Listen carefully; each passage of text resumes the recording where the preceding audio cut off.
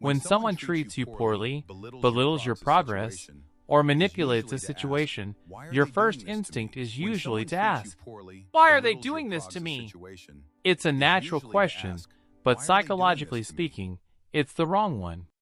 Toxic behavior is almost never about the person receiving it.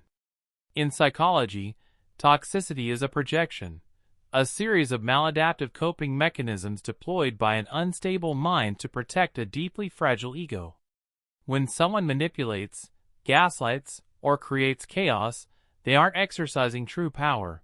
They are attempting to regulate an internal storm of shame, inadequacy, and fear. Welcome back to Sigma Intelligence. Today, we are decoding the underlying psychology of toxic behavior and uncovering the hidden mental mechanisms behind manipulation, control, and emotional hostility.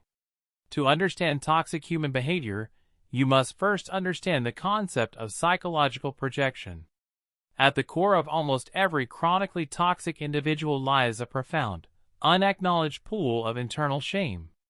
Because their ego is too fragile to face its own flaws, the brain uses projection as an automatic defense mechanism.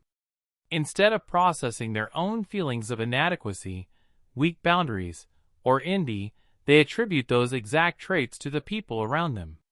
When a toxic person calls you overly sensitive after insulting you, they are denying their own lack of emotional control.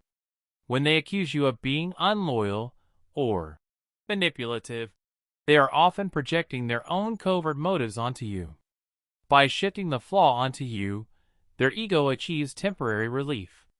Understanding this fundamental mechanism allows you to see toxicity for what it truly is, an outward reflection of internal decay. Why do toxic individuals constantly create drama, boundary violations, and conflict? The answer lies in their desperate need for asymmetric control. Secure individuals derive confidence from competence, self-trust, and mutual respect. Toxic individuals, however, operate on a zero-sum view of human interaction. They believe that for them to feel powerful, someone else must be weakened. This manifests in subtle, calculated behaviors. Gaslighting, distorting reality, so you second-guess your memory and judgment, leaving you dependent on their version of the truth. Moving goalposts, ensuring that no matter how much you achieve or contribute, it is never quite enough to earn approval. Intermittent reinforcement, alternating between intense warmth and sudden coldness to keep your nervous system in a state of hypervigilance. Control isn't just a preference for a toxic mind. It is an absolute psychological necessity to prevent their false self-image from collapsing. Healthy adults possess emotional granularity, the ability to identify, process, and regulate their own complex emotions internally. When a secure person feels anxious or inadequate, they sit with the feeling, analyze it logically, and address the root cause. Toxic individuals lack this internal infrastructure. They practice external emotional regulation. Because they cannot process negative emotions internally, they must export their distress onto others to feel balanced.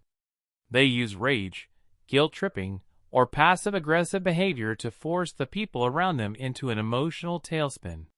Once they have successfully disrupted your peace, made you anxious, or forced you to defend yourself, their internal pressure is released. You become the container for the stress they were incapable of holding themselves. One of the most dangerous forms of toxicity doesn't present as overt aggression, but as covert victimhood. In psychological terms, adopting a perpetual victim identity provides a powerful social shield. By framing themselves as the constant target of unfairness, bad luck, or cruel treatment, the toxic individual achieves three key strategic goals. They completely evade accountability for their own choices. They recruit sympathy and emotional resources from empathetic people. They justify their own cruel or selfish actions as mere self-defense. When someone views themselves as a perpetual victim, they give themselves a moral blank check.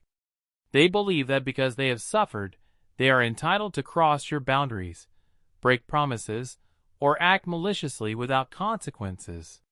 How do you handle toxic behavior without becoming consumed by it? The biggest mistake people make is trying to reason with, change, or out-argue a toxic person. You cannot use logic to dismantle a strategy that was built on emotional self-preservation. When you engage, raise your voice, or try to defend your character, you give them the emotional reaction they need to regulate themselves. From a Sigma intelligence standpoint, the ultimate response to toxicity is absolute emotional neutrality.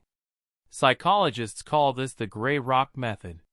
You become uninteresting, unresponsive, and emotionally neutral. You state cold facts, maintain firm boundaries, and refuse to participate in manufactured drama. When you withhold your emotional reaction, you break the projection loop. The toxic behavior loses its utility, forcing the person to either retreat or find another target. Toxic behavior is a loud, chaotic attempt to mask profound internal weakness. When you learn to look past the hostility, manipulation, and noise, you realize you aren't dealing with a formidable opponent. You are observing a fragile ego attempting to survive its own insecurity. Protect your energy, enforce your standards, and never lower your baseline to match someone else's storm. How do you protect your peace when dealing with toxic behavior? Let's discuss it in the comments below.